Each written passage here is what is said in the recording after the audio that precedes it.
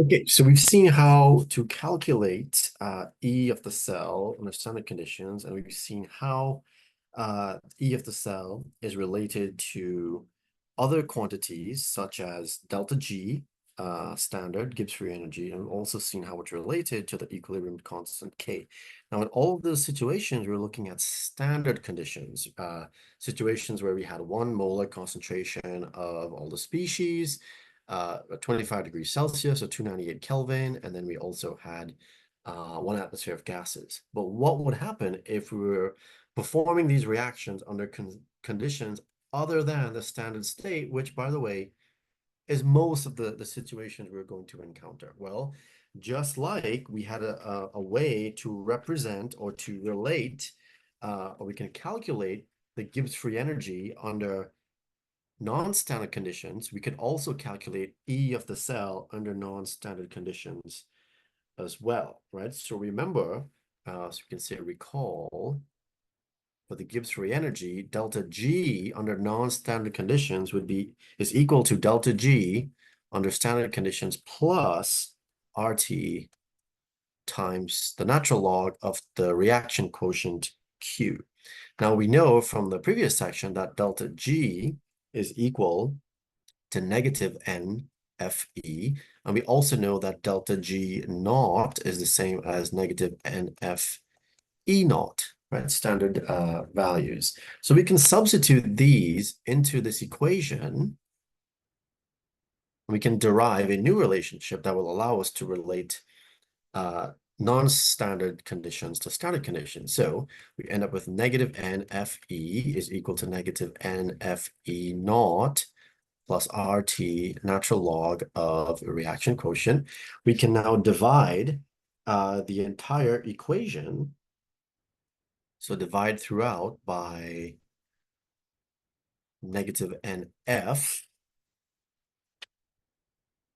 And what we end up with, so if you divide both sides, the entire thing by negative NF, it cancels out here. Divide this side by negative NF, that cancels out there.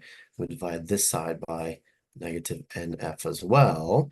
What we end up with is E now, under non-standard conditions, is equal to E of the cell under standard conditions minus RT over NF times the natural log of the reaction quotient Q. Now, we've already gone ahead and we've plugged in your values here, for R, for T, and then for F, Faraday's constant, and we saw that this earlier on was equal to 0.0257 volts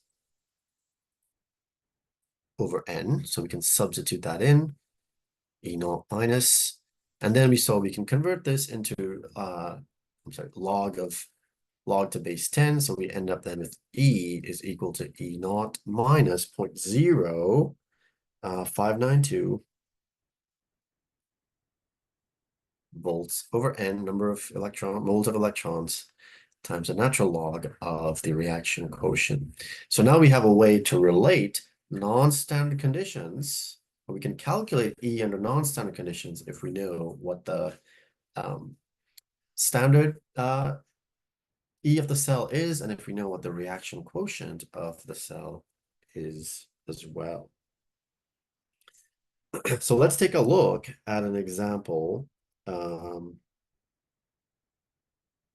where we can apply this.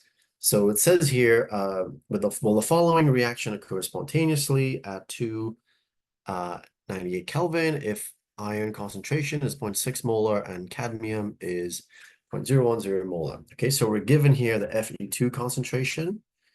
This is 0.60 molar, and then we have the cadmium 2 plus as 0.010 molar. Remember now, if we were to write the reaction quotient Q for this, it is the concentration of the CD2 plus divided by the concentration of the Fe2 plus, right? Which would be 0.010 molar over 0.60 molar, or whatever this ends up being here, would be our reaction quotient Q at that particular point in time. So according to this equation, let's see, we have cadmium undergoing oxidation. Okay, so that's going to be our anode. And we have iron undergoing reduction, so that'll be our cathode. So the iron here, this is going to be our cathode. We looked that up in our tables. The cadmium is the anode. So the E of the cell here would be the cathode, which is the iron, negative 0.44 minus the anode. So this is going to give us an E of the cell here of negative 0.04 volts. So we calculate this portion of our thing.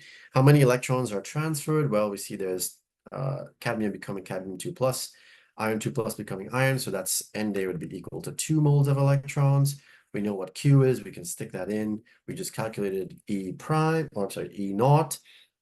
So we can now go ahead and evaluate E by substituting those values in, and we end up with E here being equal to 0.013 volts under those conditions.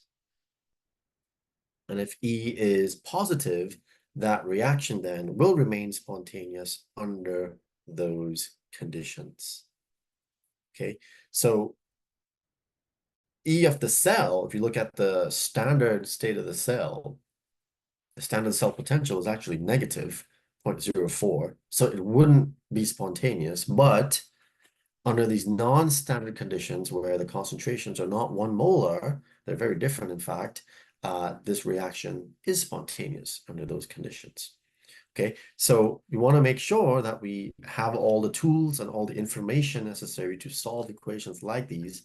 If we want to calculate E under non-standard conditions, we need E of under standard conditions. We need to know how many electrons, moles of electrons are being transferred. I'm sorry, this is a typo here. This should be the log of Q to base 10. And we need to know how to write the reaction quotient, which is again simply products over reactants, and just substitute, and then it just becomes a math problem, which, as you've probably seen, is how most of these problems end up. Okay, it's not like you're doing anything special. It's just we're learning some chemistry principles, and then we're using the math to help us solve those problems. So just to recap, we talked about using our equation, and that equation is called the Nernst equation that we can use to help us solve for any of these unknowns. So this equation here, that's our Nernst equation. And then we can convert it to some more user-friendly forms like these two under conditions of 298 Kelvin, right? Because we saw how to do this previously. So the Nernst equation relates non-standard conditions for E to the standard E of the cell. As long as we know the number of moles of electrons, and as long as we know what the concentrations of the products and reactants are under those conditions, that'll be the reaction quotient.